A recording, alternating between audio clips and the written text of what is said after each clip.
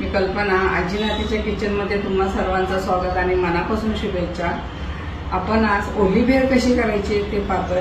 त्यासाठी मी काय काय साहित्य घेतले ते दाखवते। भेळ बनवण्यासाठी काय साहित्य घेतले ते दाखवते। इथं घेतले तुम्ही मुरमुरे, हे फरसाण, हे बारीक शेव आहे पिवळी, हा चाट मसाला आहे, हा चिंच गुळाचा चव आहे, हा घरीच बनवलेला आहे, पाणीपुरीची पुरी आहे, नंतर त्यात घालायला लाल तिखट आहे, हे कांदा लसूण मसाला आहे, हे हिरवी चटणी, ह्याच्यामध्ये मी कोथिंबीर, पुदिना, एक लसणाची कांडी आणि हिरवी मिरची, थोडंसं आलं एवढं टाकून ही चटणी केली आहे। हे खारे शेंगदाणे पण घरीच बनवलेले, कांदा आहे, कोथिंबीर आहे आणि हा उकडलेला बटाटा आहे। ह्याला मीठ आणि चाट मसाला लावून ठेवणार आपण।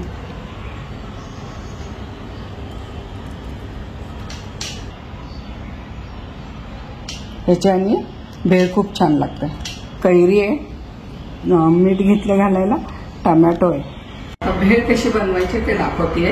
चला आता असं एक खोलगड असं भांड घ्या, तुमच्याकडे जे भांड असेल ते, पण असं पसरट घेतली की ती खाली सांडायचं, जास्त सांडते म्हणून असं खोलगटच पातेलं वगैरे काय कुंड असेल ते घ्या। त्यात घालणारे आपण हे मुरमुरे,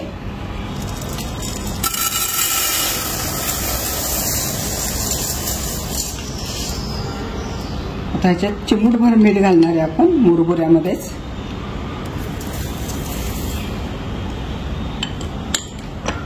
लाल तिखट आहे, थोडंसं लाल तिखट चवीसाठी।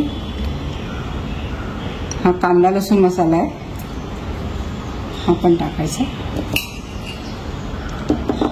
आपण जो चाट मसाला घेतला होता तो पण टाकायचा ह्याच्यामध्ये। आता हे सगळे मसाले आपण काय करणार आहे, सारखे हलवून घेणार आहे, म्हणजे हे मुरमुऱ्याला सगळा मसाला लागतो।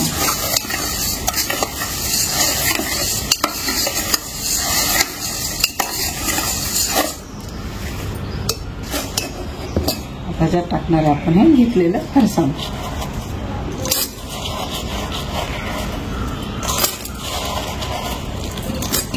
हे पण छान असं मुरमुऱ्याला असं मिक्स करून घेणार आहे। आता आपण जी हिरवी चटणी केली होती ती हिरवी चटणी टाकणार आहे ह्याच्यामध्ये, तुमच्या आवडीप्रमाणे तिखट जास्त असं। ही चटणी पण छान हलवून घेणार आहे मुरमुऱ्याबरोबर। ह्या चटणीमुळं खूप छान भेळ लागते।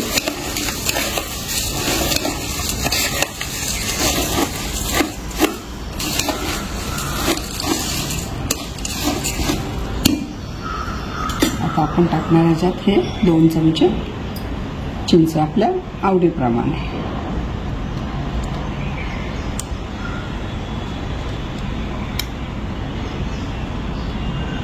चिंच गुळाची चटणी कशी करायची ही पण रेसिपी दाखवलेली आहे आपण।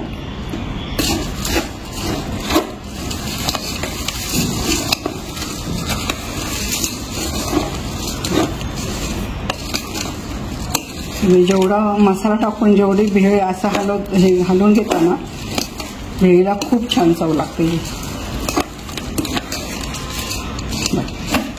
तुम्हाला वाटलं कमी जास्त अजून थोडंसं आपण चिंचेचा पोळ टाकू।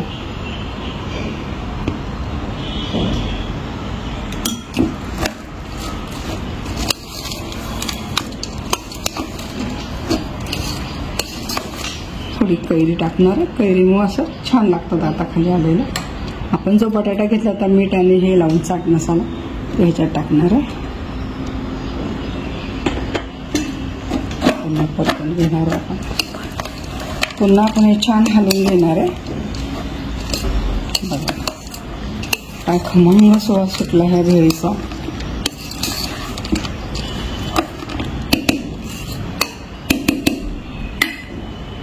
आता आपण थोडासा कांदा पण टाकणार आहे ह्याच्यामध्ये, वरनं पण टाकायला ठेवणार आहे थोडा। घेतलेला टोमॅटो छान पुन्हा असं हलवून घेऊया।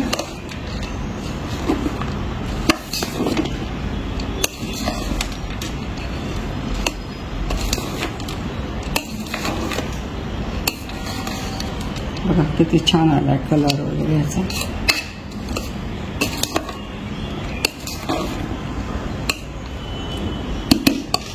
आपण जे खारे शेंगदाणे घेतले होते ते पण आता टाकणार.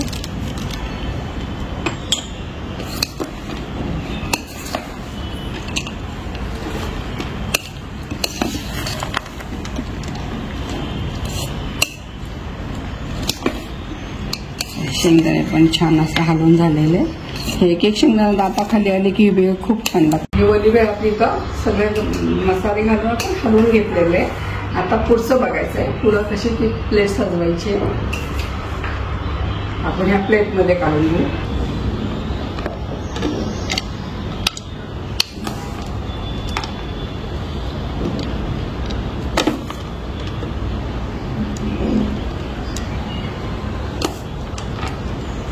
भेळ आपण प्लेटमध्ये काढून घेतली आहे.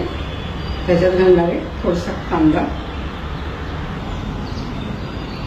हे घेतलेलं आपण थोडं टाकणार.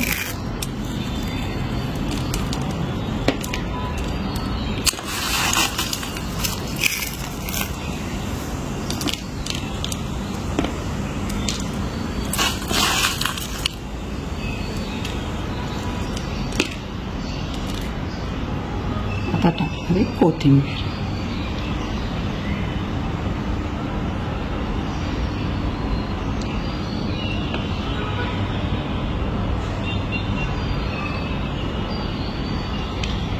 हे शिव टाकणार आहे.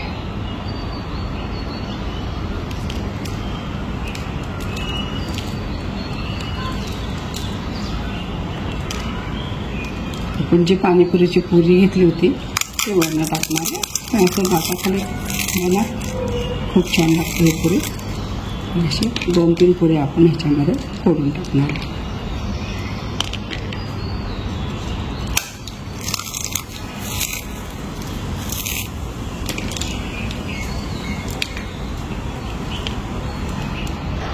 चला, आपली अशी ह्या पद्धतीने ओली भेळ आपली तयार झालेली आहे. तुम्हाला जर ही रेसिपी आवडली असेल तर लाईक करा, कमेंट करा, सबस्क्राईब करा. पुन्हा भेटूया अशाच नवीन पदार्थाबरोबर. तोपर्यंत संत तुकाराम महाराज म्हणतात, मन करा रे प्रसन्न सर्व सिद्धीचे कारण.